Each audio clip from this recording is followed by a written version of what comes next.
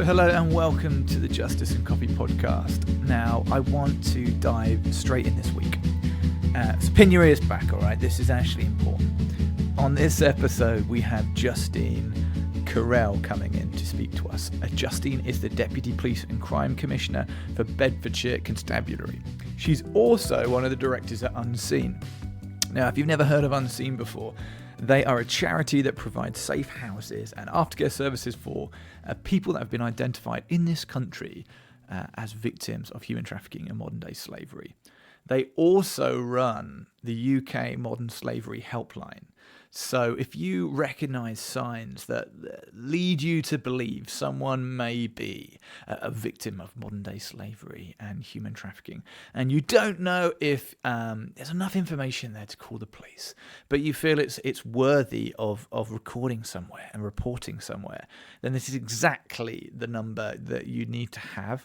So I'm going to give you that number now. It's 0800 121 700. I'll repeat that again. That's 0800 121 700. If you missed it, press the 15-second jump back button on your phone.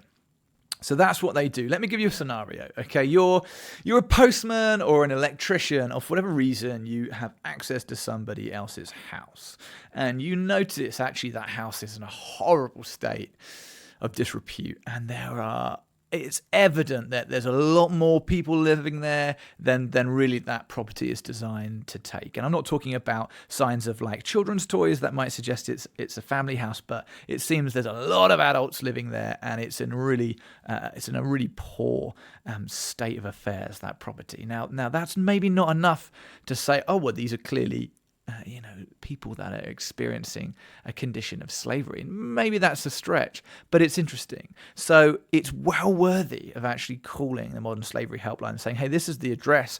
The living conditions are dire. It's well overcrowded. I don't really know who to call, but I thought I'd pass it on. Now, that might be a missing piece of a puzzle, actually.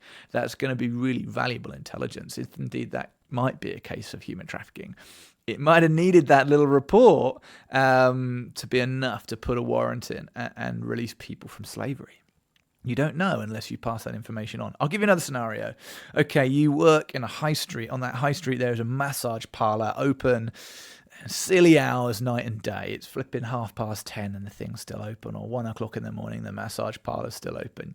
You've got reasons to potentially believe that there's more than just massages going on there. And you notice there is a van or a car that turns up and drops ladies off at that massage parlour and picks them up at the end of the shift. And they seems to be that same car coming and going, that same van coming and going. Why not pass that on? That's interesting. That might suggest that the people that work there are being ferried there, are being transported there by the same individual. There might be a level of organizational control there. There might not be, but there might be. So why not pass that information on? You just don't know where it's going to go. So anyway, that's just part of the function of this helpline, and it's independent. You're not calling the police. You're not calling a government agency. It's run by a charity. And it's on that basis that I really want to urge you to delve into your pockets. Now, I know the sort of people listening to this podcast are the very salt of the earth. So could I implore you good people to consider supporting Unseen and the Modern Slavery Helpline? They launched this in 2016. And originally they were taking 40 calls a week. They now take over 200 calls a week. It's seen such growth. People are noticing signs. People are becoming more aware of this facility. So they're using it more. So we need to staff it accordingly. This is a 24/7 service. And unfortunately, if they don't get the emergency funding they need, this is a service that this charity will not be able to continue to support. So it requires us as a people to respond when there's need like this. So I would love it if we can signpost you as a podcast towards the likes of Unseen and their amazing work running the Modern Slavery Helpline, so they can receive some well-needed support. That's my bit over and done with. Let's jump into the podcast now. I'm sorry that I went on a bit, but I think that's so important and I wanted to get it in at the start rather than at the end. Thank you for sticking with me. Here's Justine Currell. She's a superstar. I know you're going to love her. Let's crack on. Justine, welcome to the podcast. Thanks for coming along. Thank you. Welcome to a rather chilly recording studio in London. They're obviously pumping the AC in here today because you've had to keep your coat on and I'm sort of rubbing the outside of my arm. So the normal start to a podcast is we discuss a little bit about coffee. So you're like, your coffee drinking habits, like, are you a big coffee drinker? But before I find that out, I have a confession to make, right? I'm committed to being honest. One of our principles is a transparency at Blue Bear Coffee. So I have to admit, actually, that we're sitting here with 2 cups of tea in front of us, which is painfully embarrassing. It's purely because I couldn't work out, first of all, the hot water tap in the kitchen at the studio. And then when I finally figured it out, I managed to somehow unscrew the filter on the cavitiere. So it just ruined the coffee pot. So we're no good, are we? We're actually here with tea, but I brought some cakes. Yay. And I fully expect you to tuck in. So I've got the 2 cream-filled croissants here. One is, I think, looks like a sort of custard. The other one's chocolate. Would you prefer one? Do you want to do half each? I really don't mind. Let's do half each. And make our way through them. So the idea of this, Justine, is that you and I literally were on the teas, we're on the cakes. It's a very relaxed atmosphere, as relaxing as it can be at 2 or 3 degrees colder than we'd probably prefer it to be in a recording studio. But I just want to find out a little bit more about you. Great. Even though I'm doing all the talking so far. So when I got back in June last year, I came back to the UK having worked in the Dominican Republic, and I wanted to do something and contribute something to raise money and raise the profile of some amazing organisations working to end human trafficking and modern day slavery.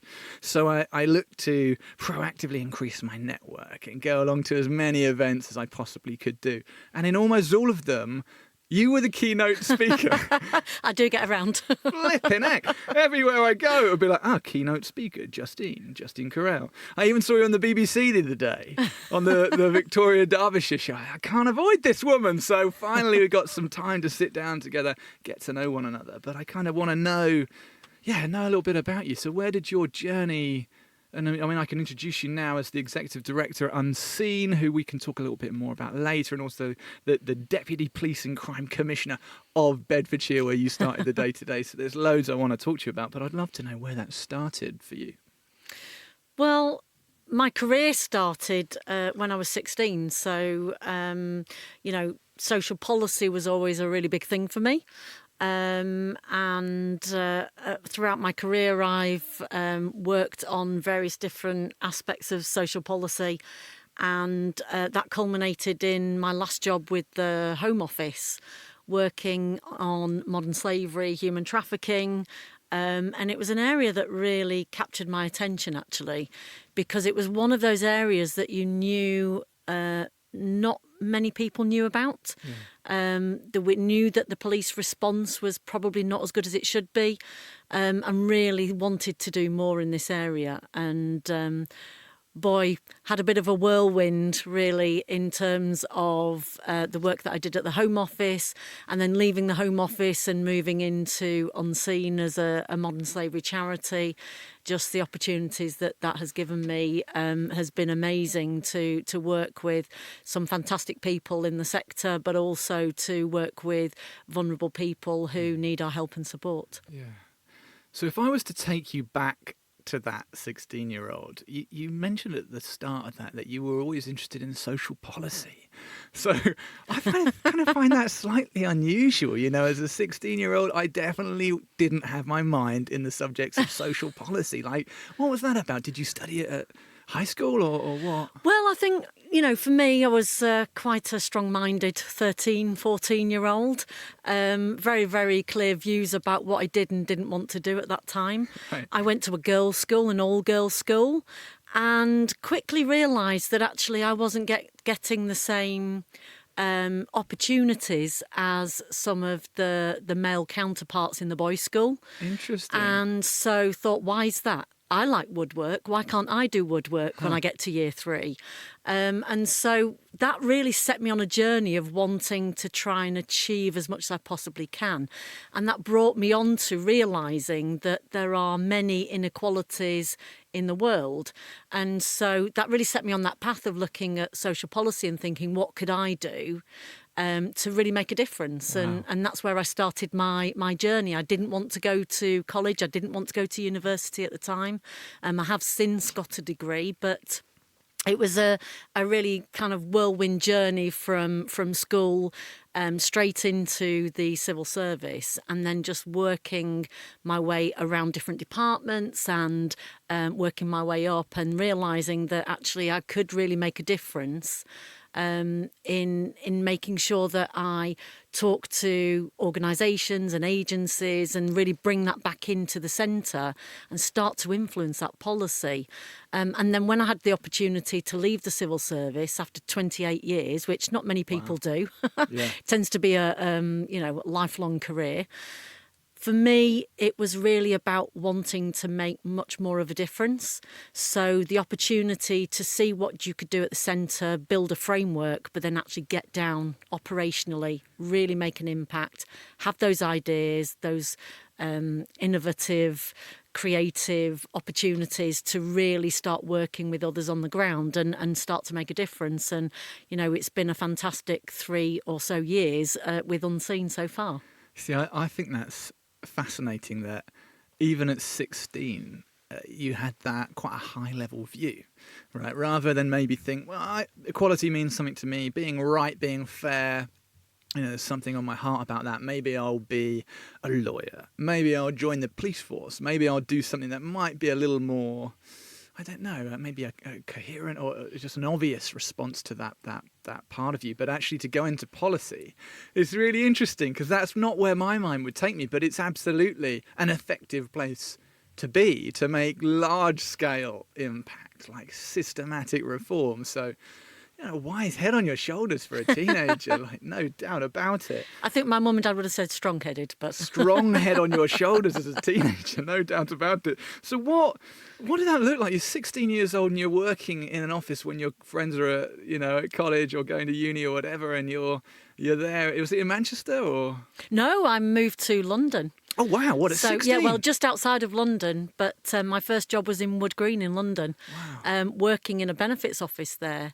But just seeing some real life situations and how, many of the families and the communities are struggling, without a job, without money, without that community environment. It's really difficult for people to kind of get on in life. And when you see the impact of that on their children, that's when you realise that you really need to do something. As a society, we shouldn't allow at all anyone to not have a safe home, not to have money in their pocket, and for their kids to go to school without a breakfast or without that routine that they really need. So for me, that's what really set me on that journey, and I wanted to move into policy from that. But I did probably about 10 or 12 years working on the front line, and that gave me such a grounding because when I went into policy, I took all of that experience with me. And then I would take that back out and I would go and speak to those on the front line. I would go and speak to communities and really make sure that we got that link between what was happening on the ground and the policy and decisions that were being made at the centre, which I think from the conversations that I had with my fellow colleagues, it was quite unique. Yeah. Many of them hadn't been out on the front line. Yeah. Many of them hadn't spoken to a benefit claimant, for example, or somebody that was struggling in a hospital. Yeah. And I think it's really important that you ground yourself and you understand that before you start to try and make those systematic and systemic changes through policy and the influence that you have at the centre. I couldn't agree more, and I think, without maybe taking us off on a totally different tangent, but I certainly think that is reflected in the politics of today, right? There just seems to be, certainly from my opinion, and I know I'm not on my own with this opinion, there just seems to be a disconnect actually between what goes on in Parliament and sort of the political community and then the everyday person. And there's, well, what's going on over there? Yeah. And there's some brilliant journalists doing a great job at trying to explain the decision making. I mean, in the UK at the moment, we're going through Brexit. We recorded this in the end of August, so this is before the October the 31st, when we've really got to face that decision. And it's in the news every day at the moment. But it's interesting. I think, how much time do these people get to spend on the front line before they become the minister of this or that? Do they know? I mean, is there a capacity for them to go out and spend time on the front line? I think they need to. Yeah. I really do. And obviously I've worked with many ministers, many senior officials within various different departments. And I think unless you can really get people out on the front line, understanding seriously what it's all about, I think they will always have that disconnect. Yeah. And I think what we need to do is kind of bridge that gap and make sure that people do have an opportunity to influence that policy, because at the end of the day, we're talking about people's lives. We're talking about the impact of health, for example. We're talking about housing. We're talking about, all of these fundamental rights that we all have. We should all have a right to a safe environment in which we live. And I think, for me, I've always tried to get my ministers to go out and actually look at things on the ground, because really I think that would bring it home. And that's what it did for me, really. When I was a senior policy advisor in the Home Office, I went along to Unseen to look at the safe house that they have down in the southwest. And I met a woman there who told me about her terrible ordeal, about the fact that she had been forced into exploitation by her own family. And she was in tears. And I was in tears as well, because I couldn't understand, and she couldn't understand either, why her own family would do that to her. And knowing that she would be on a very long road to recovery, and that she would need the help and support of organisations like Unseen, not just for a short period of time, but probably for a lifetime, because these situations, the involvement of abuse and exploitation over long periods of time, has such psychological damage to the individuals involved. We just have to do everything we can to make sure that one more person is not put in that situation. I think the example I think of is when there was the young boy that was washed up on the shore during the height of the immigration crisis a couple of years ago, when David Cameron was still in office, and we were having quite a strong stance politically about what we're going to do as a country to respond to this huge wave of immigration and where our priorities are. And then there was this example of a small toddler, right, and that photograph that came out of his body being washed up, and it suddenly we made a bit of a turn politically on the basis of that photograph. I mean, there could have been 1,000 examples of that weren't documented and didn't hit the papers, that were going on a daily basis, but when it did, there was a response. And I think when we look at things in isolation and in sterility, you can come up with a brilliant idea and maybe even house yourself with some very smart people with some great qualifications. But actually, when you go out and meet somebody and your heart melts a little bit and you empathise and you go, well, actually, who are we doing this for? What's this all about? I think that's great. You talked about being on the front line, in a practical sense. What was that as a civil servant, being on the front line? Well, that was working in the old benefit offices when they were first around. Do they still exist now? Is it through the Job Centre? It's through the Job Centre now. So Job Centre Plus, I think, became or came into being from around 1996. But before that, it was the old DHSS offices. Very stereotypically barriers between what people were termed claimants and the people working in the offices. So it was a very hostile environment, actually. Yeah. And it almost felt like we were, it was a privilege for them to come in and ask us for money. But actually it's their right. And I think we do develop this lack of empathy and sympathy when we can't put ourselves in somebody else's shoes. And I think that's what I've always tried to do throughout my life and throughout my career. And it comes back to the point of that young boy being washed up on the beach. How would you like it if that was one of your family? I'm sure a family wouldn't put their young children on a boat if they weren't desperate, Yeah. because there is no guarantee that you would get across to the other side. So I think putting yourself in other people's shoes and really thinking about the impact and what that would mean for you if you were in that situation, I think really gives you the kind of empathy that's needed to think about these really, societal issues in a different way, really. No, I completely understand and agree with what you're saying. So when you moved across to the Home Office, you talked about being a senior policy advisor. Like, how did you filter into that position? What was your initial role when you took on a job at the Home Office? Actually, I could even ask, for those that are unaware, and I have to admit there's a part of me that doesn't really understand the function and role of the Home Office in this country. Maybe you could give us a high level sort of answer to what role that body of government performs. Yeah, well, the Home Office here in the UK is a bit like any home department in other countries. So they deal with issues like law enforcement. So they hold the budget and provide the budget to policing, looking at safeguarding from a home perspective, counter-terrorism. So a lot of really key areas of policy and security will sit underneath the Home Department. And it's quite a varied portfolio, actually. They also deal with immigration as well. So, again, that's a fundamental part. And Border Force is an agency of the Home Office. And was it a good experience working for the Home Office? Difficult experience? How would you sum up how long were you there for? I was there since 2010. So the first role that I took up when I arrived at the Home Office was the Police Equality and Diversity Senior Policy Advisor. Oh, wow. And so that was a real kind of eye-opener for me in terms of not really recognising that the police still had some pretty serious issues around equality and diversity. Yeah. So working with all of the equality and diversity network groups that were set up, the Gay Police Association, Black Police Association, Black Women's Association, all of those different associations, and working with them to ensure that we could improve the equality and diversity makeup of the police in general, but particularly working with the Metropolitan Police because of the London situation. So, Right. Senior policy advisor, jumping into this part of your life, the senior policy advisor for modern slavery at the Home Office. Like, yes. what a title, what a responsibility.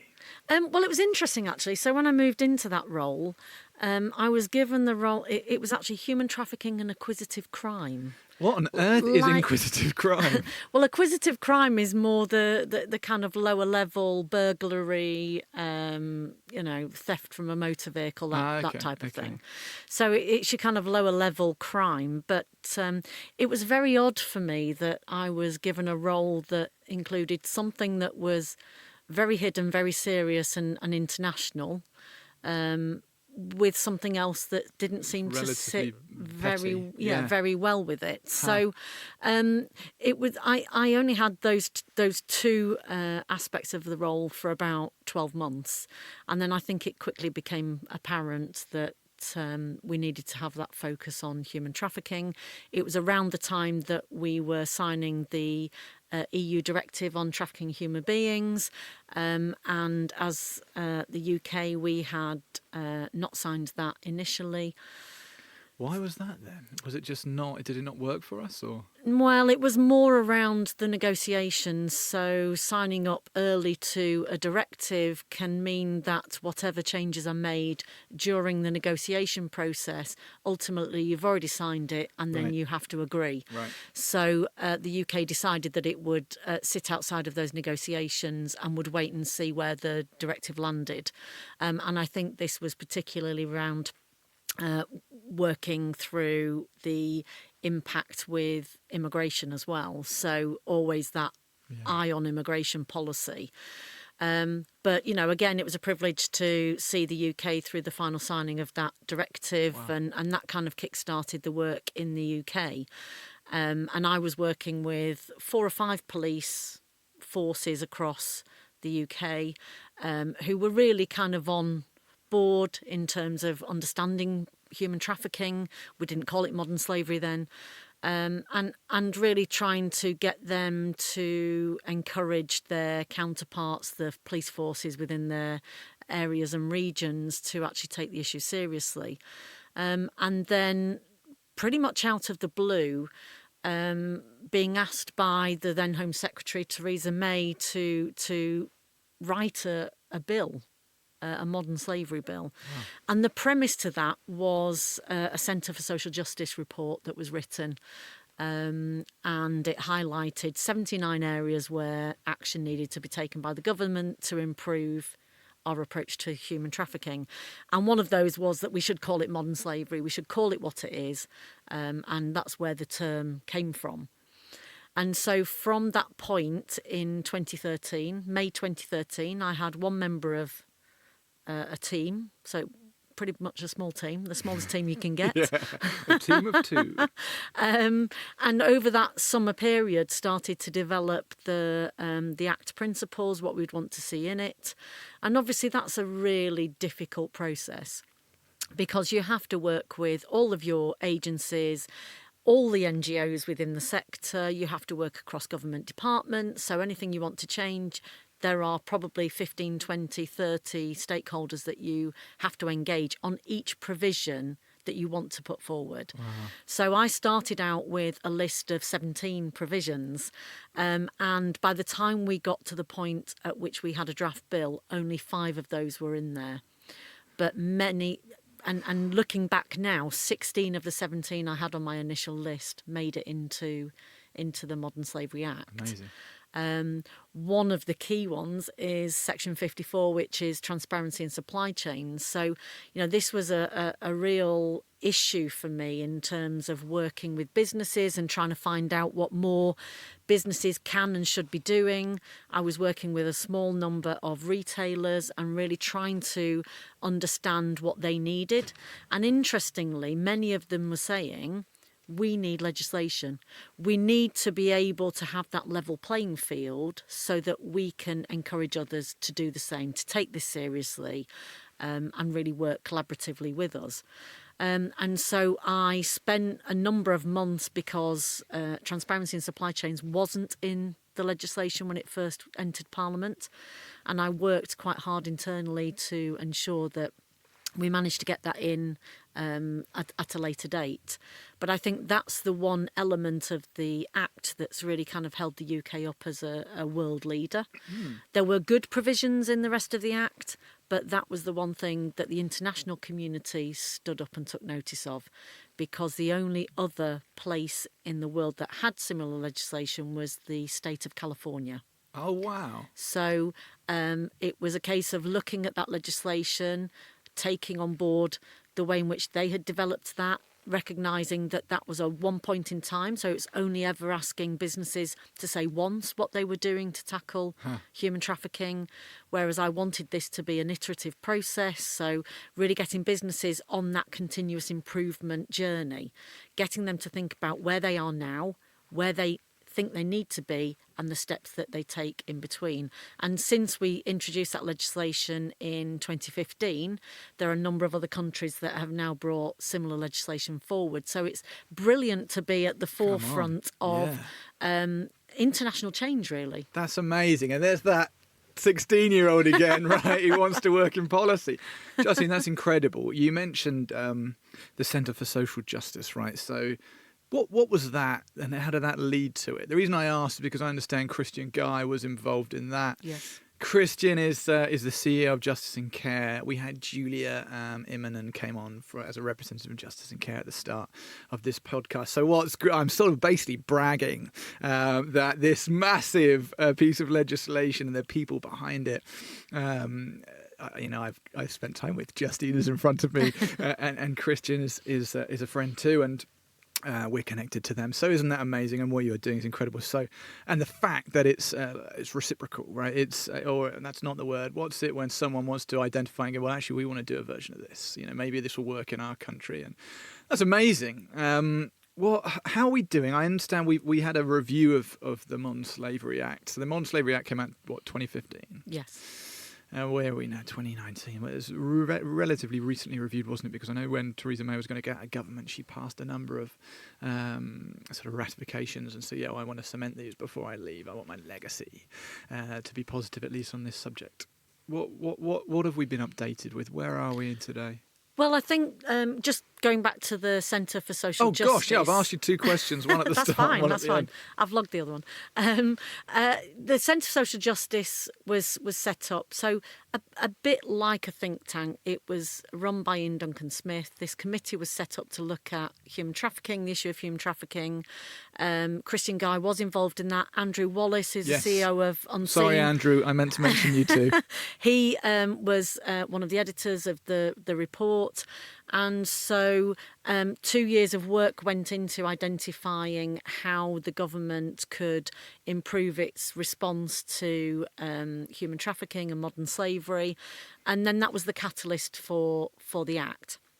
But through that process, and I alluded to it earlier, it's actually really quite difficult to bring legislation forward because there is a process whereby officials need to write to other government departments to seek their approval. So if you have something in the bill that is slightly contentious from health perspective or from a business perspective, then those negotiations, have to take place before you bring that forward. But also there then is still a period of negotiation. So quite often there has to be compromise. And sometimes you don't always get into a piece of legislation what you want to. So I think we did as much as we possibly could within the political environment and within the constraints that we had at the time. We had a very limited window to actually get the Modern Slavery Act in because of the parliamentary timetable. And for those who don't know, if you don't finish the full process for a bill, it will fall and you have to start all over again in a new parliament. So when would it be finished? Within that parliament's lifetime? Yes, so we literally had from June 2014 to March 2015, government, the parliament was proroguing on the 26th of March 2015, and that was the day that we got royal assent on the bill. Wow. So it's literally the latest date that's possible within that parliamentary sitting to be able to pass the bill.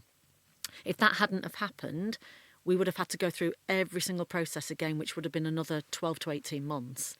So you have all of those constraints on you when you're trying to develop the legislation, when you're trying to get people who have different agendas to agree and come together.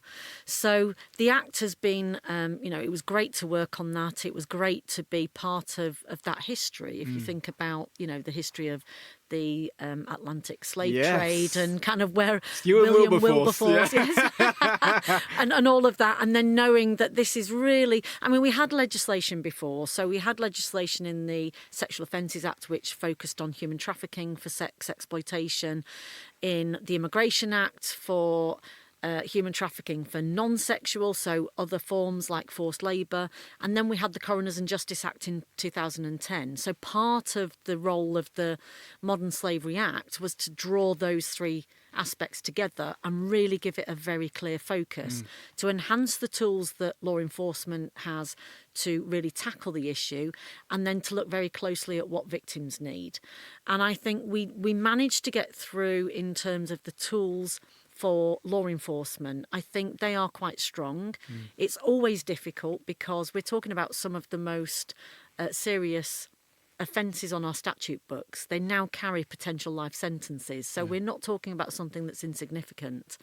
But I think where we missed a trick was really the role of NGOs and the role of the support mechanisms that are needed to really support those vulnerable people who are found in those situations.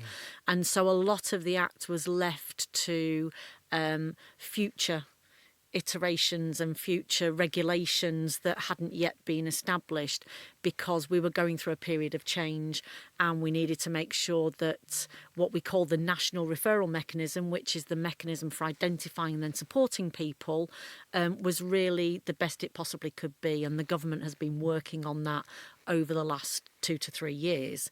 So we've had these various different reviews on different bits of the legislation.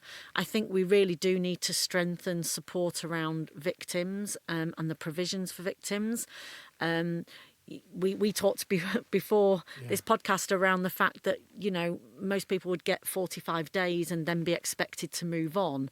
And if you think about somebody who has been controlled for several years or several months, unable to go out, not able to go to the toilet when they want to, not being given enough food and being told when they can eat and when they can't, and being forced to do things that they don't want to do, including prostitution, forced labour in all different sectors, criminal exploitation, being forced to move drugs, and also domestic servitude, which for me is pretty harrowing. And some of the cases that we see in Unseen and through the Modern Slavery Helpline, it just beggars belief how that can happen in the 21st century in a country like the UK, where we've got middle income, middle class families employing, so to speak, people working in their house, and they're working 18 hours a day, being forced to live in cupboards, being given scraps of food.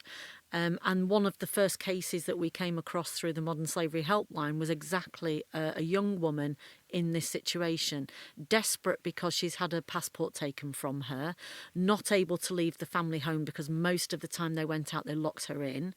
And she managed to find our number and she contacted us, and we actually facilitated the police to meet her. She didn't want the police to turn up to the house, so we facilitated her to leave when she had a window of opportunity. Wow. And we actually got the police to pick her up and take her to a safe place. Wow. And it's that kind of thing that really spurs me on in terms of what I do, knowing that there are still thousands of people that are in these types of situations that, with all due respect, legislation makes no jot of difference. Yeah. Obviously, we need legislation, we need a framework, but it is a framework. And for me, legislation's a blunt instrument. And that's probably why I made the leap from the government working as a civil servant into the third sector, because I knew that I had lots of ideas and wanted to really kind of drive operations, both from an operational perspective but also at a strategic level. And the two roles that I have now, Director of Unseen and also Police and Crime Commissioner Deputy in Bedfordshire, gives me that opportunity to really get in at a strategic level and start to influence the decision makers within police forces and within wider organisations like local authorities, like the NHS, and really start to bring to bear my experience and skills and knowledge around the issue, and make it much more practical for people. This is not something that should sit in a box outside and be thought of as an afterthought. It has to be ingrained in everything we do, because this is just about doing the right thing, nothing more. You mentioned the 45-day rule, and I know on the latest review of the Modern Day Slavery Act that they've sort of scrapped that, or that's been changed or amended, so it's a more indefinite period of time for someone to be given the opportunity to receive the state support in some way. So where are we with that? Well, it was always 45 days from 2010 when we first started looking at this issue and providing support. But more recently, the Home Office stated that they would extend that to 90 days, so 45 days plus another 45 days. There's been a recent judgment which basically means that we have to provide support until such time the individual is able to move on and become independent. And, there has been a challenge to that judgment. So at the moment, people in safe houses are able to stay there until such time we can help them move on. I don't actually think safe housing in terms of what we offer under the National Referral Mechanism is always the best approach for everybody. Yeah. So I think there has to be an understanding that this should be about need. There has to be a proper needs assessment of individuals who have nowhere else to go but need that support, have nowhere else to go but actually don't need intensive 24-hour support but need some kind of counselling or outreach support. And I think we need to get better at that to make sure that we give those individuals the best opportunity that when they leave support services that they can become independent, they carry on leading an independent life, and that they're not exposed to being re-trafficked or re-exploited. And that's part of what Unseen does, right? That's where Unseen began. I understand. I remember talking to Andrew. I very unfairly left him out of his role earlier on in the formation of this piece of legislation. But when I met him for the first time and I asked him, hey, where did this all start? And maybe we'll get him on the podcast and he can tell his story too. But he was explaining, he just went out to his local chief superintendent of the police and said, what can we do to help? And they said, well, actually, if you're asked, we need somewhere to put these people, right? We find these victims of human trafficking. I've got nowhere to put them. And how do we prevent them being re-exploited, re-victimized, re-trafficked? It starts by giving them somewhere that you are safe here. And I think people need to unlearn or relearn, what does safe mean? I don't know what that means. Unseen, that's where they began, but then they've moved into a number of other... and I think that is basically where it all began. We now have a women's safe house, we have a men's safe house, but obviously we run the UK-wide modern slavery helpline. We provide reintegration and outreach support as well. So we're moving into a number of different areas, but with all of that comes this idea that we want to end slavery. Yeah. So, we always talk about wanting to put ourselves out of business. We don't want to be in the business of recycling people through trauma and through the experiences that they have. And I think that's why I've been so passionate about setting up the Modern Slavery Helpline and really seeing that take off. And if you think back in October 2016, when we first went live, getting 40 calls or contacts a week, now we're up to about 250. Wow. And we have so many people that are contacting us because they want to know more, because they want to raise awareness, because they're concerned about an issue that they've seen in their local town or village or city. And we can take all of that information in. And what that means is we have such a bank of knowledge and information that we do share with the police with consent of the caller. But what that does is it allows us to really start to influence and to look at prevention. The only way we're ever going to solve this or resolve it is through prevention activities. And we have this aspiration of ending slavery. Unfortunately, will we ever end it? I don't think we will, because I think if you look at the issue of, murder or robbery, we can minimise it. We can never really completely eradicate it. But what we have to do is make the UK and make other countries around the world hostile to human trafficking and to modern slavery, and really throw the book at anybody who thinks it's okay to abuse and exploit somebody else. Yeah. I think we've come a long way, right? I mean, even the fact that piece of legislation is only 4 years old. We had... Hazel, I forgot your name momentarily. She was on the show a couple of weeks ago, and she was saying about how actually when she started looking into this, she was working as an investigative reporter, and she was in India, and she first heard about the fact that someone had been trafficked from one community in India into the city, into Mumbai, and sold into a brothel. And that term was unfamiliar to her at the time, and that was maybe 2000, and I think she said 2002, and people started using that term, human trafficking, around 2006. Now look where we are, not much more than a decade later. So I think that's an incredibly positive sign, the fact that we are actually talking about this more. I think the general public's knowledge about human trafficking and the patterns of that is increased, but we've got a long way to go. Right? Yeah, definitely. And I think, as you've said, we've come a long way, but there's still so much more that we need to do. And we need to make it an integral part of society in terms of tackling and eradicating this issue and getting people to understand that this is not something that happens to people out there. Yeah. We all are members of the public. We're all consumers. Most of us are employees. Some of us are employers. And we all have a responsibility. When I go in and I buy my groceries, I want to know that I've not inadvertently created the environment for somebody to be exploited. And that's why I'm so passionate about working with businesses, but working with them in a positive way. The worst thing you can ever do or say to a business is, if you don't do the right thing, then we're going to, raise the flag and we're going to tell people about you, because that's where business then closes in on itself and you don't get the right response. We need that behaviour change. And I, like anybody else, would like to know that when we go in and we buy our goods and services, that we are buying it genuinely on the premise that people have been paid the right amount of money for the work that they've done, that they're living in or working in the right conditions. And that's what we want for our friends, our neighbours and everyone else. So, it's about how we can encourage those who are well-meaning and want to make the right decisions. And then we have to start really dragging those who are the laggards, who are not really interested in doing this, until and unless somebody hits them over the head with a stick. Because I think that's the challenge we've got at the moment. We need to do that in a positive way. And we talked earlier about name and shame, which I really don't agree with.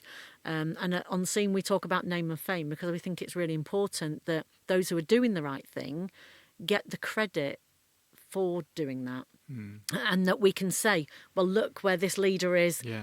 Why not aspire to be like this business? Why not aspire to be like this individual? And so it actually creates the positive environment within which we can start to build and grow and see that continuous improvement. And they can share that with their stakeholders, right? Their customers or whoever comes to them and works with their business. Hey, look what we're doing. Definitely. We've got this. Is there any way they can get that? I mean, there are obvious issues with accreditations and certificates like Fair Trade or Rainforest Alliance or other ways, but the principles are great. Yes. Is there something we can work with? I know that the legislation asks that businesses have a statement, a public statement on their website or somewhere where people can view and say what we're doing at X, whatever, so and so, about slavery is this, and this is why it means something. This is how we're eradicating it from our supply chain. But is there like an auditing framework where you can go, yeah, actually they are doing that, and we've put it through our lens, and we're happy. Let's give them a stamp. By the way, customers, look for this stamp. If you're going shopping, look for this. Are we working towards something like that?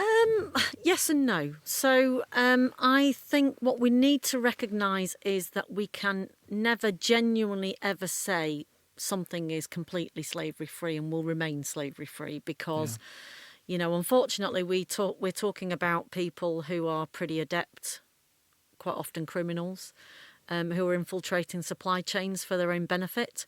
So we really do need to focus on making sure that we've got due diligence throughout business operations and down the supply chain.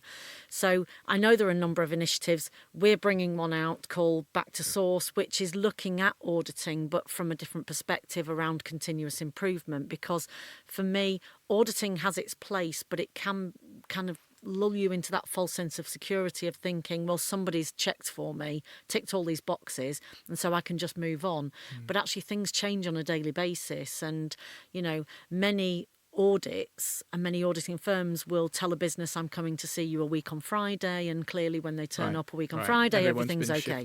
Of course, so we need to kind of change that around a little bit, and we need to start looking at the kind of issues around policies, practices and procedures, around due diligence, around risk mitigation and risk management, really understanding where the risks are. And you can do that through location, you can do that through the types of goods or services that you offer. And so it's really just giving practical advice to businesses, because, yes, I was part of the, the team and the people who pushed for transparency in supply chains legislation, but I'd be the first to say the statement is simply a piece of paper. And it only tells you what the business wants to tell you. And there will be a number of reasons why businesses would not put on certain aspects around their operations or what they're doing or what they've found. They wouldn't put that into the public domain for a number of reasons. And I totally get that. So I think what we need to do is say the statement's a good step. The intention is to get businesses to change behaviour, to get the boardroom to sit up and take notice, because the board has to sign and it has to be approved by them before it's put onto the website.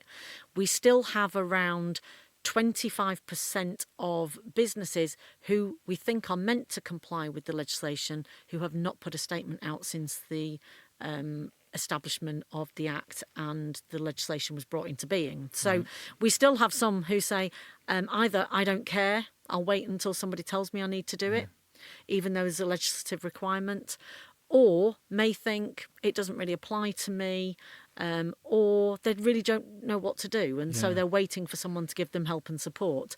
So we really want to get to a situation where all businesses take this seriously and they're doing what they should. Is there like a punitive response? I mean, we talked about the difference between name and shame and name and fame. Let's encourage and bless and endorse the businesses are doing. Let's not just shame the people that aren't. But I'm thinking when you said that, the 25% that are just going, well, I'm not going to do anything about it. Well, that's because there's no deterrent, right? Yeah. And I know with GDPR, General Data Protection Regulation that came in very recently. The downside is if you get caught that you're not GDPR compliant, you could end up flipping out. They've thrown the bathroom sink at it. You could get these enormous fines, and the CEO, whoever sits at the top of the tree of that company, could even receive a custodial sentence about the storage of people's information, and suddenly sales of GDPR consultants go through the roofs. GDPR training, anyone with that qualification will make a fortune going around and teaching companies how to stay compliant with GDPR. Can we do something similar? I know it's slightly more stick than carrot, but well, guys, listen, if you're not responding, I'm going to stick a fine on you because you've been warned, you've been given all the support in the world. Consequences, you're not complying. So we're going to fine you, actually. Yeah, and the Act does have, it has the ability for the Home Secretary to apply for an injunction to the court. And if a business then doesn't comply with the court order to produce a statement, they could potentially receive a fine, which is unlimited. So it's that hasn't happened yet, no? Right? No, it hasn't happened, and I'm not sure if it would. I do think the government has an ability to nudge businesses to do the right thing. So we did talk about putting the public sector through the same principles and have the public sector comply with Section 54. At the time, it wasn't possible for us to do that, and ministers considered that at the time. There is a big push to get the public sector to comply with Section 54. But what the Home Office and the government is now looking at is, one, producing a statement themselves anyway, so showing that they can comply without the legislation being in place. But secondly, placing restrictions on those businesses who don't have a statement and should, and who want to bid for tenders to work with the government. Yeah. So the government will say, if you haven't got your statement, then you're going to be barred. And I really hope that comes in, because I think what that will do is send out a really key message that we're not messing about. If you haven't got a statement, then you won't be able to work with us. And I think what we need to do, though, is make sure that, because you can comply by saying we've taken no steps, as long as you have a statement, you're in compliance. No way. So again, it's not about how good the statement is or how informative it is. It's just about whether you have a statement. Is it signed by the board? Is it approved by them? Is it put on your website with a link on the homepage? As long as you've done all of that, it doesn't really matter how good the statement is. In principle, you've complied with the legislation.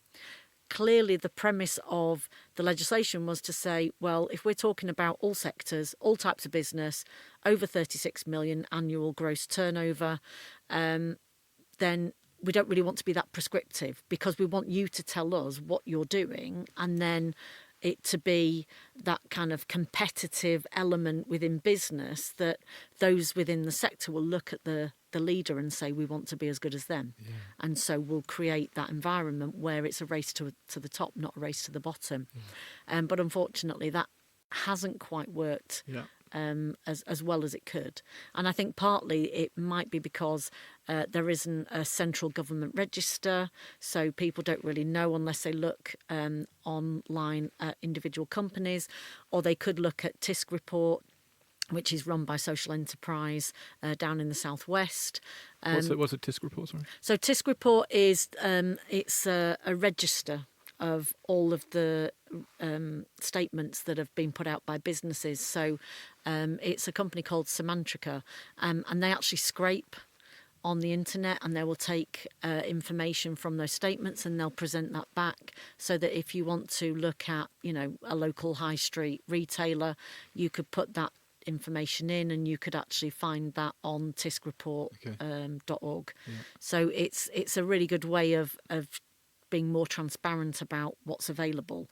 The government at the time didn't want to pay to have its own register and felt that actually the third sector would be more appropriate to provide that due diligence and that oversight of what businesses are doing. And obviously NGOs are doing that to an extent, but it's not creating the environment whereby businesses think that they need to do something more.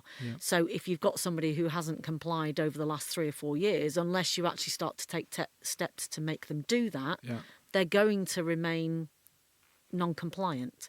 So we have to think about not kind of hitting business over the head, not throwing the baby out with the bathwater, but just making sure that we have enough push factors to really make businesses think about this. Who do we need to talk to about this? Is there someone I need to get in here, put under a little bit of pressure?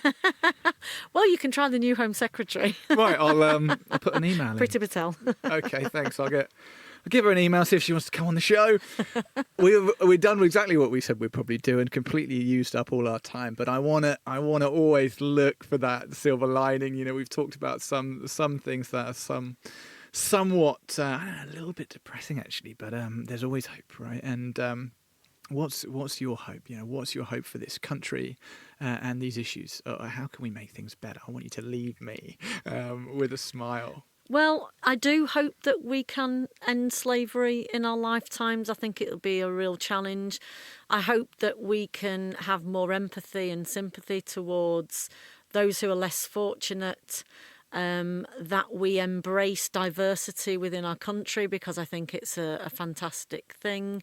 We've got completely caught up in immigration, and we forget that we're talking about people. People who want to contribute to society in an effective and positive way. And so I really hope that we can kind of come through the next 2 months.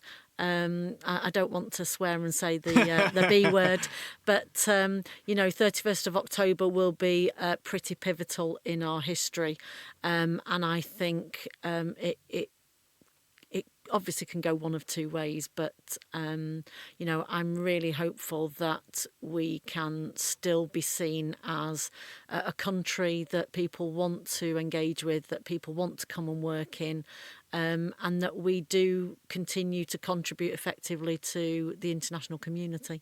And what does the future look like for you? Are you happy where you are? You're still an extremely busy woman, working at Unseen, doing the Deputy Police and Crime Commissioner, which, by the way, she does for free. I found out when I was doing my research, which I think is extremely commendable.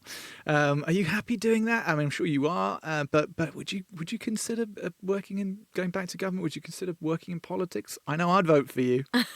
I've been asked that question. I bet. But no, what I really thrive on is knowing that we've still got a long way to go, and having those creative ideas that allow you to really think about issues, bring people together.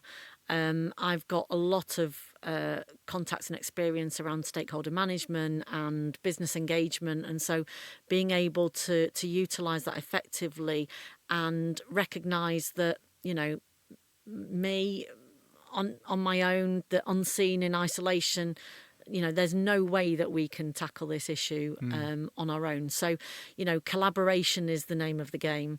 And, I'm really keen to progress Unseen and what we do to the next level, and really make sure that preventative element of the work that we do can start to influence and change behaviours within society, policy at the centre, but also internationally. I've been really delighted to be a member of a great team who's well respected across the country, but I've also been out to places like New Zealand, Malaysia, the US. I've spoken to Canadian officials, Australian officials within the EU to impart my knowledge and expertise and experience of the last 10 years of my life. And just being able to stand on platforms, a responsible sourcing conference, which is coming up in Berlin in October, being asked to present there and really talk about what we're doing, not only within Unseen, but within the UK and my personal journey. I think it's just an amazing opportunity, and I want to continue that for the foreseeable. Well, with all of that going on, the fact that you found some time to come and spend the hour and a bit with me, I'm incredibly grateful for that. Keep doing what you're doing. I think it's incredible. You are having an impact, and in many ways you'll possibly never know. So, Justine, it's been an absolute pleasure, and thanks for coming on the show. It's a pleasure too. Thank you. Okay. We didn't even touch the cakes. Hey. I'll take this chocolate one with you. How about that for a girl who didn't like being told that she couldn't study woodwork at school? What an amazing sphere of influence she has gone on to have. A huge thank you to Justine for coming on the podcast this week. I forgot to give it at the start of the show when I was talking about raising money for the Modern Slavery Helpline. The website to go to support them is modernslaveryhelpline.org. I would love it if just a few of you, I'd love it if all of you, but if just a few of you went on to that website and gave, that would be amazing. What I'm finding really interesting through this series of podcasts is actually how to get involved in this issue of fighting human trafficking. You don't just have to be a copper or a lawyer. Justine found her influence through working in public policy. And don't we need more Justines working in our government departments in this country? My other takeaway from that chat was about business. Come on, big business. There is a statutory requirement for you to have a modern slavery statement on your website. I just heard that. Saying what you're doing about this issue, wouldn't it be good if you said, actually, we buy Blue Bear coffee, and Blue Bear give their money to the likes of Unseen, IJN, Justice and Currell. There's an option for you. Look into it. All of those of you that work for businesses, you're responsible for buying coffee. Give us an email. We've just reached the end of our financial year and we've broken even. That's a huge success for us. But I want to make money and I want to give it away. So we need to sell more coffee.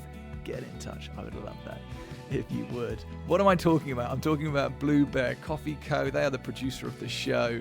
If you want to find out more about Blue Bear, go to our website, www.bluebearcoffee.com. We're on all social media channels. Find us there too. Wrapping up the show now. Thank you to producer Matt for putting the show together. Thank you to Soho Radio for helping us record this in their beautiful studios in central London. Tiffany and Louise, you gave to our startup fundraiser for this podcast. Thank you for doing that. You're enabling us to have these conversations. We appreciate you. That's all for this week. Give us a tweet. Would someone give me a tweet? Make it a nice one. And if you want to share this podcast with a friend or your network, that'd be amazing. The more you can do that, the bigger the reach and the spread we'll have. Amazing. That's it. I'm out of here. Tune in a couple weeks for the next episode. Peace.